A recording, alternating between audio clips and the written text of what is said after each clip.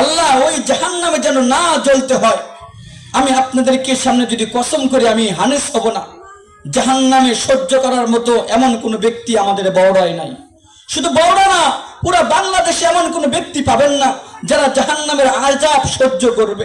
শুধু বাংলাদেশে নয়, পুরা পৃথিবীর ভিতরে আল্লাহর জমিনের উপরে এমন কোনো ব্যক্তি আপনারা পাবেন না যারা জাহান্নামের আযাব সহ্য করতে পারে। জাহান্নামের আযাব কেমন হবে জানেন? ইবনে আব্বাস রাদিয়াল্লাহু তাআলা আনহু বলেন, একজন জাহান্নামীকে প্রতি ঘন্টায় 120 বার তার চামড়া পরিবর্তন করে দেওয়া হবে।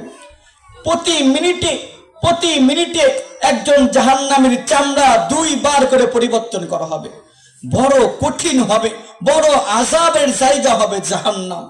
এই জন্য আল্লাহর রাসূল সাল্লাল্লাহু আলাইহি সাল্লাম যখন মিরাজে গিয়েছিলেন, ওই সময় তিনি দেখেছিলেন যে জাহান্নামের ভিতরে সবচেয়ে বেশি হলো মহিলারা। তার প্রমাণ, আপনারা ফাতেমাতুজ জোহরার নাম শুনছেন? নবীর কন্যা ফাতেমাতুজ জোহরা একদিন আলী রাদিয়াল্লাহু তাআলা আনহুকে বললেন, ও প্রাণপ্রিয় স্বামী, ইচ্ছা বড় জেগেছে দিলে, যদি আপনি নিয়ে যেতেন আমার বাবার বাড়িতে তাহলে অনেক খুশি হতাম। আলী রাদিয়াল্লাহু তাআলা আনহু ফাতেমার কথা শুনে আস্তে আস্তে ফাতেমাকে ডাক দিয়ে বললেন, ওগো ফাতেমা, তুমি আমার একটা স্ত্রী, তুমি আমাকে বলেছো রাসূলুল্লাহ সাল্লাল্লাহু আলাইহি সাল্লামের বাড়িতে যাবে, আমি তো তোমাকে না করতে পারি না।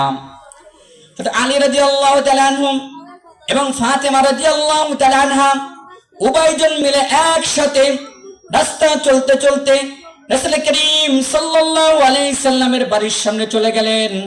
যাওয়ার পরে ফাতেমা আস্তে আস্তে ডাক দিয়ে বলতেছে, ওগো প্রাণপ্রিয় স্বামী, আমি জানি না আমার আব্বাজান কেমন অবস্থার মধ্যে আছে, আপনি একটু অপেক্ষা করেন, ইন্তাজিল সাআ, কিছুক্ষণ অপেক্ষা করেন, আমি ভিতরে যাই, অবস্থাটা দেখে আপনাকে জানাবো আমার আব্বা কোন অবস্থায় আছে, আমি আপনাকে ভিতর থেকে এসে নিয়ে যাব। কে বললেন? ফাতেমাতুজ জোহরা। মুহতারাম হাজিরিন, বড় আশ্চর্যজনক একটা ঘটনা ঘটে গেল। ফাতেমাতুজ জোহরা যখন বাড়ির ভিতরে প্রবেশ করলেন, যাওয়ার পরে দেখতেছে রাসূল করিম সাল্লাল্লাহু আলাইহি সাল্লামের চোখ দিয়ে অঝরে পানি ঝরতেছে। রাসূল কান্না করতেছেন। ফাতেমা জিজ্ঞাসা করলো, আব্বাজান, আপনার মনে হয় আমার আম্মাজান খাদিজাতুল কুবরার কথা মনে পড়ে গেছে, এই জন্য আপনি কান্না করতেছেন?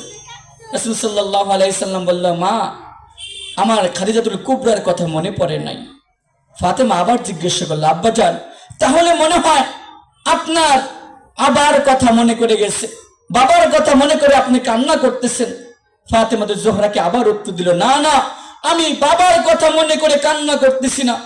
এইবার বললে, তাহলে আপনার আম্মার কথা মনে করে আপনি কান্না করতেছেন। রাসূল করিম সাল্লাল্লাহু আলাইহি সাল্লামকে এই কথা বলার পর রাসূল আবার উত্তর দিলেন, ও ফাতেমা, আমার আব্বার কথাও না, আম্মার কথাও না, আমার স্ত্রীর কথাও, খাদিজার কথাও না, আমি কান্না করতেছি। গতকাল রাত্রে জিবরাইল আমিন আমার কাছে আসছিল, আসার পর আমাকে নিয়ে ওই আসমানে নিয়ে গিয়েছিল। আসমানে যাওয়ার পর আল্লাহ তাআলা আমাকে ফেরেশতার মাধ্যমে জান্নাত দেখাইছিল, আল্লাহ তাআলা ফেরেশতার মাধ্যমে আমাকে জাহান্নাম দেখাইছিল। আমি সব কিছু দেখছি, কিন্তু বড় দুঃখের সাথে বলতেছি, মা, আমি যখন জাহান্নামের ভিতরে গেলাম, জাহান্নাম দেখতে গেলাম, আমি লক্ষ্য করে দেখতেছি কিছু কিছু মহিলাকে এমন আযাব দিচ্ছে যা ভাষায় প্রকাশ করা যাবে না। আমি সবচেয়ে বেশি যাদেরকে জাহান্নামে দেখেছি এরা হলো মহিলা। তাদের কারণ কি ছিল? তাদের কারণ একটাই ছিল, তারা দুনিয়াতে পর্দা করে নাই, দুনিয়াতে সঠিকভাবে চলে নাই, এই জন্য তাদেরকে আযাব দেওয়া হবে। আমরা যারা এখানে উপস্থিত আছি, আমরা যদি মনে মনে ভাবি মহিলাদেরকে তো আযাব দেওয়া হবে, আমাদেরকে তো না, তাহলে আমি আপনি ভুলের পথে না?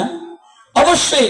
কেন, আপনার স্ত্রী যদি জাহান্নামে যায়, ওই স্ত্রী আল্লাহকে বলবে, আল্লাহ, ও আল্লাহ, আমার স্বামী আমাকে বলে নাই পর্দার কথা, আমার স্বামী মসজিদে আগের কাতারে গিয়েছে, এমনও হয়েছে তিনি ইমামতি করেছে, এমনও হয়েছে তিনি আযান দিয়েছে, প্রথম কেতারে নামাজ পড়েছে, জুমার নামাজে শরীক হয়েছে, সব কিছু করেছে, আমাকে নামাজের কথা বলে নাই।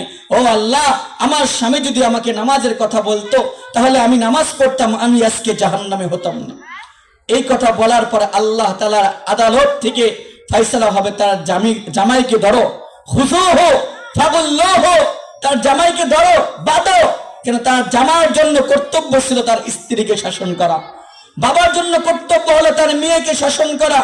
মুহতারাম হাজিরিন, এই জন্য আমাকেও আপনাকেও সচেতন হতে হবে। বিশেষ করে আমাদের পরিবারের প্রতি খেয়াল রাখতে হবে, আমাদের পরিবারের প্রতি খেয়াল রাখতে হবে। কেন? কিয়ামতের দিন এই পরিবারের কারণে আমি যেন জাহান্নামী না হয়ে যাই। এই জন্য পরিবারের প্রতি খেয়াল রাখতে হবে। বিশেষ করে মা বোনদের পর্দার তাগিদ দিতে হবে, পর্দার তাগিদ দিতে হবে। তাহলেই আমাদের ঘর থেকে বাইর হবে ওই পূর্বের জামানার মতো ফাতেমাতুজ জহরা, আমাদের ঘর থেকে বের হবে খাদিজাতুল কুবরা, আমাদের ঘর থেকে বের হবে আম্মা জান আয়েশার মতো মহিলা, আয়েশার মতো মা বাইর হবে। এই জন্য আমাকে আপনাকেও ফিকির করতে হবে না? অবশ্যই ফিকির করতে হবে।